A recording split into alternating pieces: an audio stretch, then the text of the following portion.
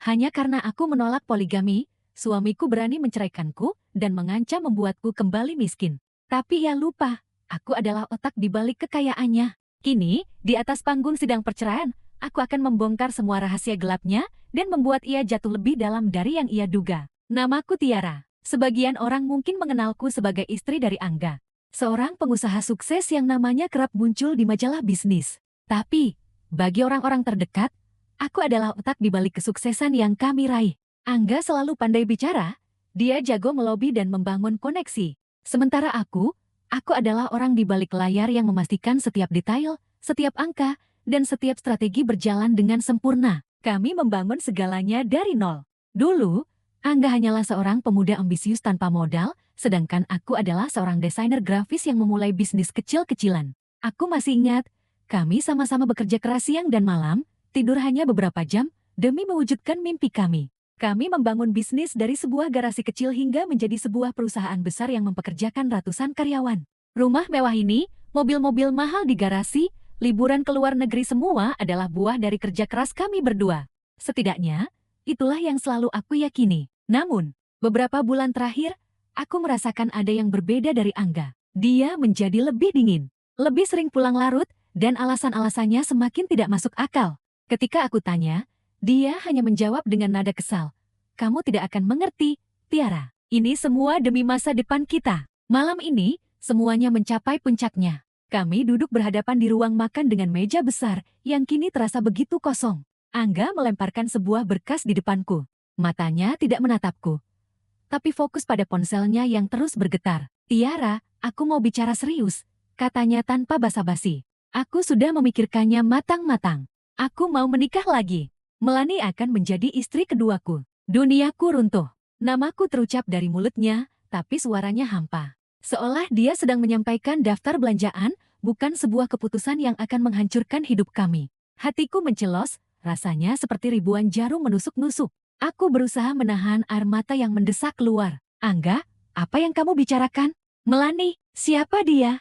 Aku tidak mengerti, suaraku bergetar. Angga menghela napas panjang, seolah aku adalah orang yang paling bodoh di dunia. Dia adalah calon istri keduaku. Dia bisa memberiku apa yang tidak bisa kamu berikan, Tiara. Dia bisa membantuku memperluas koneksi ke lingkaran yang lebih tinggi. Lalu aku? Tanyaku, mencoba mengumpulkan semua keberanianku. Semua ini kita bangun bersama, Angga. Bisnis ini, kekayaan ini, semua keringatku juga ada di dalamnya. Angga tertawa sinis. Kamu hanya beruntung memiliki suami sepertiku. Tanpa aku, kamu bukan siapa-siapa. Semua ini, pada dasarnya, adalah milikku. Kamu hanya menumpang hidup. Aku menatapnya tak percaya. Lelaki di depanku ini bukan lagi Angga yang dulu ku kenal. Dia telah berubah menjadi monster yang dikuasai ego dan keserakahan. Aku memegang berkas yang dia berikan. Itu adalah surat perjanjian poligami yang sudah disiapkan pengacara. Kalau kamu tidak mau setuju, kita cerai, kata Angga dengan nada mengancam. Aku akan pastikan kamu tidak mendapatkan sepeser pun. Aku akan membuatmu kembali miskin seperti sebelum kita bertemu. Jantungku berdegup kencang. Kata-katanya bagai pukulan telak yang membuatku sesak. Namun, di tengah keputusasaan itu, aku merasakan api amarah menyala di dalam dadaku. Api yang membakar seluruh ketakutan dan keraguanku. Kamu pikir bisa menghancurkanku, Angga? Kataku, suaraku terdengar lebih tenang dari yang kukira. Kamu lupa, aku yang mengurus semua keuangan dan legalitas perusahaan kita selama ini. Angga terkekeh. Kamu pikir aku bodoh, Tiara? Tentu saja aku sudah mempersiapkan segalanya.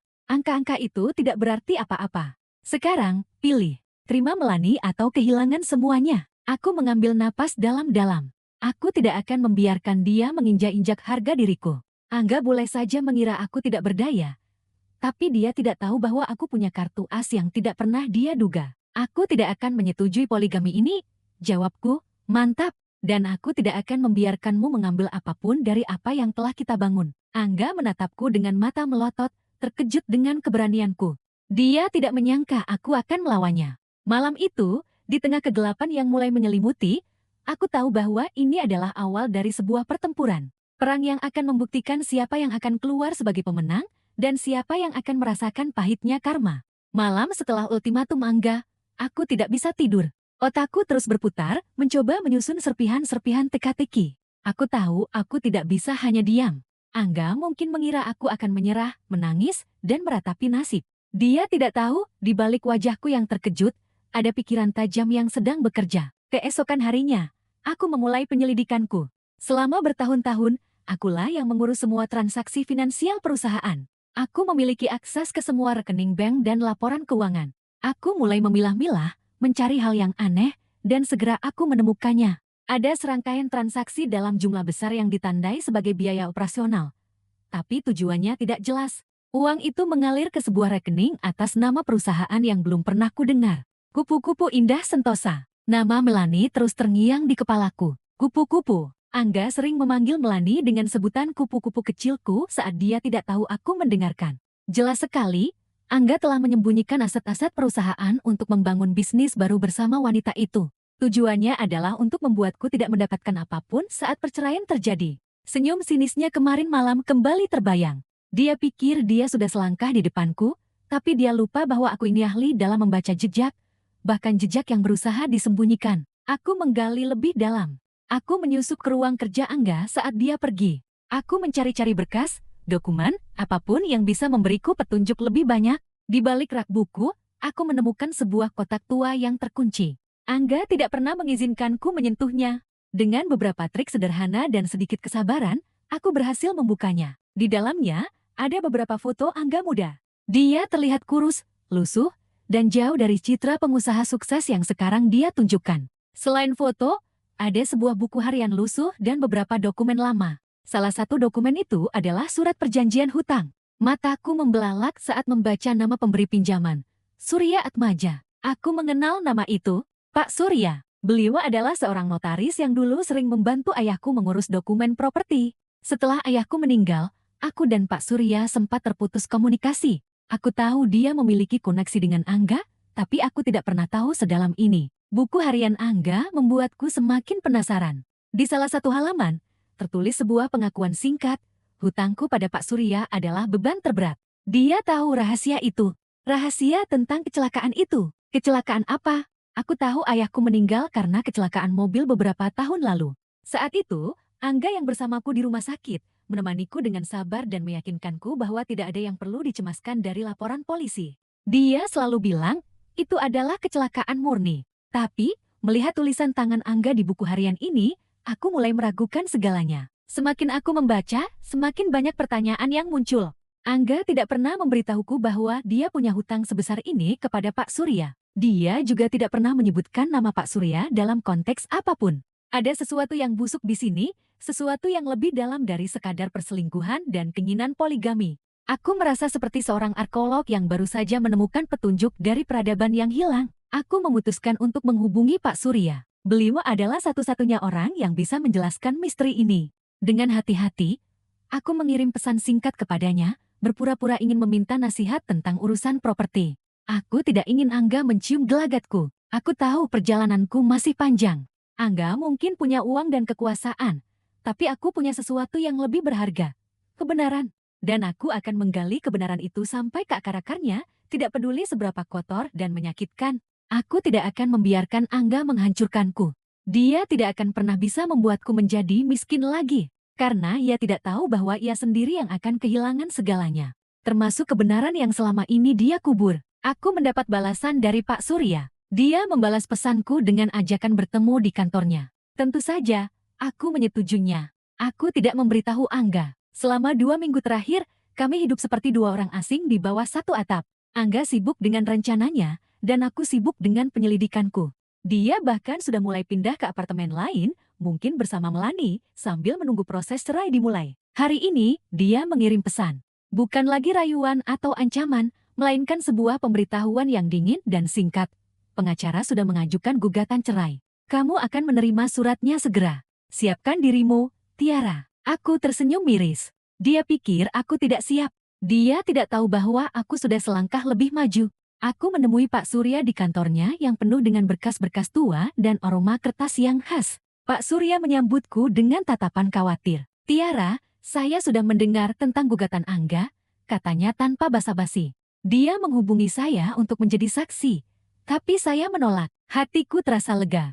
Terima kasih, Pak Surya. Saya datang untuk menanyakan sesuatu. Aku menceritakan semua yang kutemukan, mulai dari dokumen hutang hingga buku harian Angga. Wajah Pak Surya berubah pucat. Saya tahu ini akan terjadi suatu hari nanti, bisiknya pelan. Angga, dia selalu punya ambisi yang meluap-luap. Tapi, dia lupa satu hal. Dia mengeluarkan sebuah dokumen dari brankasnya. Angga meminta saya untuk membuat perjanjian pranikah sebelum kalian menikah. Dia bilang, dia ingin mengamankan asetnya. Saya menyetujuinya, tapi saya membuat satu klausul yang tidak dia ketahui. Aku membaca dokumen itu dengan saksama. Itu adalah perjanjian pranikah yang menyebutkan pembagian harta Gonogini, tapi ada satu bagian yang membuatku terkejut. Di sana tertulis bahwa semua aset yang dihasilkan dari bisnis yang dibangun bersama akan menjadi hak milik mayoritas Tiara, dan Angga hanya akan memiliki hak pengelolaan, bukan kepemilikan. Alasannya, Angga datang dengan hutang yang besar, dan modal awal bisnis kami sepenuhnya berasal dari tabunganku. Saya melakukan ini demi ayahmu, kata Pak Surya. Ayahmu adalah orang yang sangat baik. Dia diam-diam melunasi hutang Angga, dan meminta saya untuk menyimpan rahasia itu.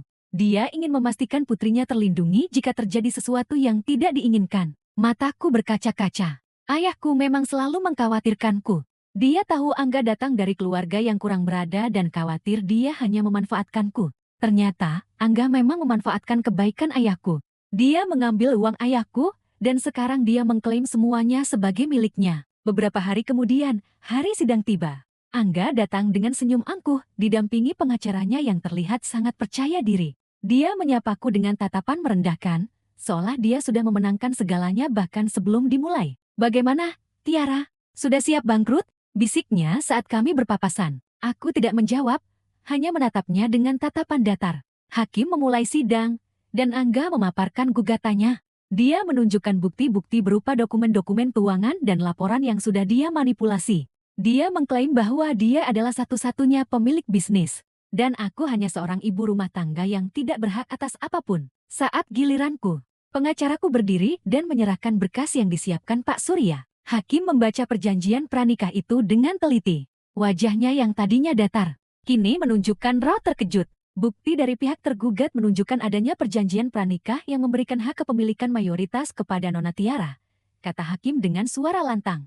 Juga, terlampir di sini bukti pembayaran hutang saudara Angga yang dilunasi oleh ayah Nona Tiara. Dengan demikian, klaim kepemilikan saudara Angga tidak memiliki dasar yang kuat. Wajah Angga seketika memucat. Dia menatapku, matanya melotot tak percaya. Rencananya untuk menguasai aset-aset perusahaan dan membuatku bangkrut hancur seketika. Ancaman yang dia lemparkan kini menjadi bumerang yang menghantamnya telak. Dia tidak sadar, di balik semua manuver lisiknya, ada satu dokumen yang tidak pernah dia duga. Dokumen yang dibuat oleh orang yang paling dia benci, orang yang dia manfaatkan. Ayahku. Ruang sidang hening. Angga terlihat seperti patung. Kaku di kursinya, tidak bisa berkata-kata. Melani, yang duduk di belakangnya, juga tampak cemas dan mulai terlihat tidak sabar. Matanya terus menatapku, seolah mencoba membaca apa yang akan terjadi selanjutnya. Saudara Angga, apakah Anda memiliki bantahan atas bukti ini? Tanya hakim. Angga hanya menggelengkan kepala, tampak benar-benar tidak berdaya. Dia menoleh ke arah pengacaranya, yang juga terlihat bingung. Mereka tidak pernah menyangka akan ada jebakan seperti ini. Saat itu, Pak Surya meminta izin kepada hakim untuk memberikan kesaksian. Aku sedikit terkejut, tapi di sisi lain, aku merasa lega. Aku tahu ada sesuatu yang lebih besar dari sekadar perjanjian pranikah yang belum terungkap. Pak Surya berdiri dan berjalan ke depan. Suaranya terdengar jelas, memenuhi seluruh ruangan. Yang mulia, saya bukan hanya saksi, tapi juga orang yang menyimpan sebuah rahasia penting. Rahasia yang berhubungan dengan kekayaan saudara Angga dan kematian ayah Nona Tiara. Angga seketika bangkit dari kursinya. Tidak, jangan dengarkan dia. Dia berbohong, teriaknya. Hakim mengetuk palu. Saudara Angga, harap tenang atau saya akan meminta Anda dikeluarkan dari ruangan. Angga kembali duduk dengan wajah merah padam, matanya memancarkan kemarahan dan ketakutan. Pak Surya melanjutkan ceritanya. Bertahun-tahun lalu, Angga datang kepada saya, terlilit hutang yang sangat besar. Dia memohon bantuan. Saya tidak bisa membantunya, tapi ayah Nona Tiara, dia mendengar kisah ini. Beliau adalah orang yang sangat baik hati. Tanpa sepengetahuan Angga, beliau melunasi semua hutang Angga. Modal awal bisnis yang Angga dirikan, bukanlah uangnya sendiri. Itu semua dari uang ayah Nona Tiara. Aku menahan napas. Aku selalu tahu ayahku adalah orang yang baik, tapi aku tidak pernah menyangka kebaikannya sejauh ini. Namun, lanjut Pak Surya, ada satu hal lain. Ayah Nona Tiara meninggal karena kecelakaan mobil. Saat itu, Angga adalah orang yang mengemudi. Angga saat itu sedang dalam pengaruh alkohol, tetapi dia menyuap petugas untuk memanipulasi laporan kecelakaan agar terlihat seperti kesalahan ayah Nona Tiara. Dia melakukan itu karena ayah Nona Tiara mulai curiga dengan bisnisnya yang tidak jujur dan curiga Angga sedang memanipulasi dirinya. Duniaku terasa berputar. Kenangan tentang malam itu, saat Angga memelukku di rumah sakit, semuanya terasa seperti kebohongan besar. Dia bilang dia menemaniku, padahal dialah penyebab penderitaanku. Dia memelukku saat aku menangisi ayahku, padahal dialah yang mengambil nyawa ayahku. Angga membanting tangannya ke meja. Ini semua fitnah. Kamu ingin membalas dendam padaku. Tiara, ini semua rekayasa kamu, kan? Air mataku menetes. Bukan karena sedih, tapi karena amarah yang luar biasa. Angga bukan hanya seorang suami yang curang, tapi juga seorang pembunuh. Selama ini, aku hidup bersama seorang monster. Orang yang memanfaatkanku, orang yang mengambil nyawa ayahku, dan sekarang orang yang mencoba menghancurkanku. Hakim memerintahkan Angga dan Pak Surya untuk memberikan bukti tambahan. Angga memohon, mengatakan bahwa ini semua tidak benar. Namun, tatapan mata Pak Surya tidak goyah. Dia membawa semua dokumen yang Angga serahkan kepadanya saat meminta bantuan, dokumen yang membuktikan Angga berbohong, memanipulasi, bahkan menggunakan uangku dan ayahku untuk kepentingannya sendiri. Dia bahkan menunjukkan rekaman suara saat Angga memohon agar Pak Surya membantu menutupi rahasia kecelakaan itu. Malam itu, Angga datang dengan niat menghancurkanku. Namun, yang terjadi justru sebaliknya. Sebuah rahasia terkubur yang tidak pernah dia duga, kini terungkap dan membalikan segalanya. Angga bukanlah seorang pahlawan, melainkan penipu ulung yang telah menghancurkan hidupku. Hakim menghela nafas panjang. Wajahnya menunjukkan kekecewaan dan kemarahan. Sementara itu, Angga tampak seperti orang yang baru saja kehilangan segalanya. Wajahnya pucat, keringat dingin membasahi pelipisnya. Pengacaranya sudah tidak bisa berbuat apa-apa. Pengakuan Pak Surya, ditambah dengan bukti-bukti yang tidak terbantahkan, telah membongkar semua kebohongan yang Angga bangun. Dengan bukti-bukti yang ada, saudara Angga dinyatakan bersalah atas kecurangan finansial dan pemalsuan dokumen, kata hakim dengan tegas. Gugatan cerai yang saudara ajukan ditolak. Sebaliknya, Nona Tiara berhak mengajukan gugatan balik atas nama pribadi dan perusahaan. Angga terhuyung. Dia menatapku dengan mata penuh kebencian, seolah aku adalah satu-satunya orang yang bertanggung jawab atas kehancurannya. Padahal, dialah yang menciptakan semua ini. Dan saudari Melani, hakim lanjutkan. Anda akan dipanggil untuk penyelidikan lebih lanjut terkait keterlibatan Anda dalam pemalsuan dokumen dan penggelapan dana. Anda diwajibkan hadir di persidangan selanjutnya. Melani seketika berdiri. Tidak, saya tidak tahu apa-apa, teriaknya. Namun, Angga tidak peduli.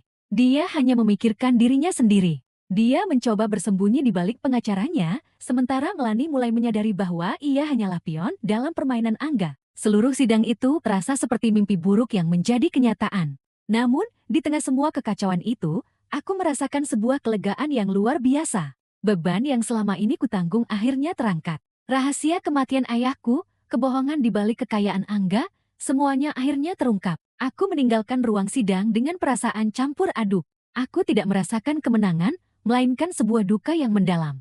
Kebenaran yang akhirnya terkuak ternyata sangat menyakitkan. Aku tidak hanya kehilangan suami, tapi juga orang yang kuanggap sebagai pahlawan, yang ternyata adalah seorang penipu dan pembunuh. Beberapa hari kemudian, aku menerima kabar. Angga sudah dijebloskan ke penjara. Ia juga harus menghadapi gugatan lain terkait hutang-hutangnya dan kasus hukum atas pemalsuan dokumen. Semua aset yang selama ini ia sembunyikan telah dibekukan dan akan diserahkan kembali ke perusahaan. Angga tidak mendapatkan sepeser pun. Melani juga meninggalkannya. Dia datang menemuiku, memohon agar aku tidak melaporkannya. Saya tidak tahu. Tiara, Angga yang menyuruh saya.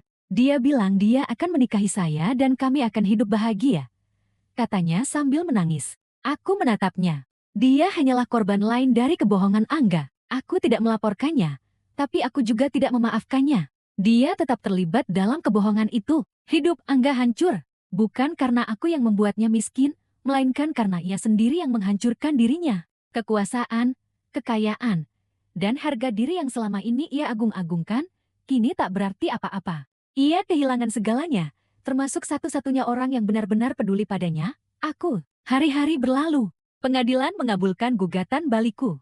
Seluruh aset yang Angga manipulasi kini kembali kepadaku. Perusahaan yang sempat nyaris hancur karena ulahnya, perlahan bangkit kembali. Aku tidak lagi sekadar manajer di balik layar. Aku mengambil alih kendali penuh, memimpin rapat, dan membuat keputusan besar. Aku belajar banyak dari pengalaman pahit ini. Aku tidak hanya menjadi pengusaha yang lebih baik, tapi juga menjadi pribadi yang lebih kuat. Aku menjual rumah mewah yang dulu kami tempati. Rumah itu terlalu besar dan terlalu banyak menyimpan kenangan pahit. Aku memilih tinggal di sebuah apartemen sederhana yang jauh lebih nyaman dan damai. Aku juga merestrukturisasi perusahaan, memecat orang-orang yang terlibat dalam kebohongan Angga, dan membangun tim yang jauh lebih solid dan berintegritas. Mungkin orang berpikir aku mendapatkan kemenangan besar, tapi perasaanku lebih dari sekadar menang. Aku tidak merasakan euforia atau kepuasan. Aku merasa tenang. Ada damai yang menyelimuti hatiku, damai yang tidak bisa kubeli dengan uang. Aku akhirnya bisa berdamai dengan masa lalu. Aku memaafkan ayahku karena merahasiakan kebaikan besarnya, dan aku memaafkan diriku sendiri karena terlalu percaya pada Angga. Suatu hari, aku mendapat kabar dari Pak Surya. Angga sudah dijatuhi hukuman. Dia akan mendekam di penjara dan semua sisa hartanya akan disita untuk membayar denda. Angga yang kukenal adalah seorang yang sangat ambisius dan haus akan kekuasaan. Baginya, jatuh miskin dan kehilangan kebebasan adalah hukuman yang jauh lebih berat daripada sekadar uang. Melani, yang sudah tidak punya apa-apa, juga meninggalkannya. Dia kembali menjadi Angga yang dulu, seorang pemuda miskin tanpa modal, yang sekarang kehilangan segalanya. Aku tidak lagi membencinya. Perasaan itu sudah lama hilang, digantikan oleh rasa kasihan yang tulus. Bukan kasihan karena dia jatuh miskin, tapi karena dia tidak pernah bisa bahagia. Dia memilih jalan kebohongan, pengkhianatan, dan keserakahan. Dia kehilangan satu-satunya orang yang tulus mencintainya, dan ia tidak akan pernah bisa mendapatkan kembali kebahagiaan itu. Aku melanjutkan hidupku. Aku fokus pada pekerjaanku, pada diriku sendiri. Aku belajar banyak hal baru, dan aku lebih menikmati hidup sekarang. Aku sadar bahwa kebahagiaan sejati tidak datang dari kekayaan atau status sosial, tetapi dari ketenangan hati dan kemandirian. Aku tidak akan pernah lagi membiarkan diriku bergantung pada orang lain, apalagi pada janji-janji palsu. Kisahku dengan Angga mungkin sudah berakhir, tapi kisah hidupku baru dimulai. Aku tidak lagi Tiara, istri dari Angga yang sukses. Aku adalah Tiara, seorang wanita yang kuat, mandiri, dan berani. Aku bukan lagi korban, melainkan pemenang. Bukan karena aku berhasil membuat Angga miskin, tapi karena aku berhasil menemukan kembali diriku yang sejati.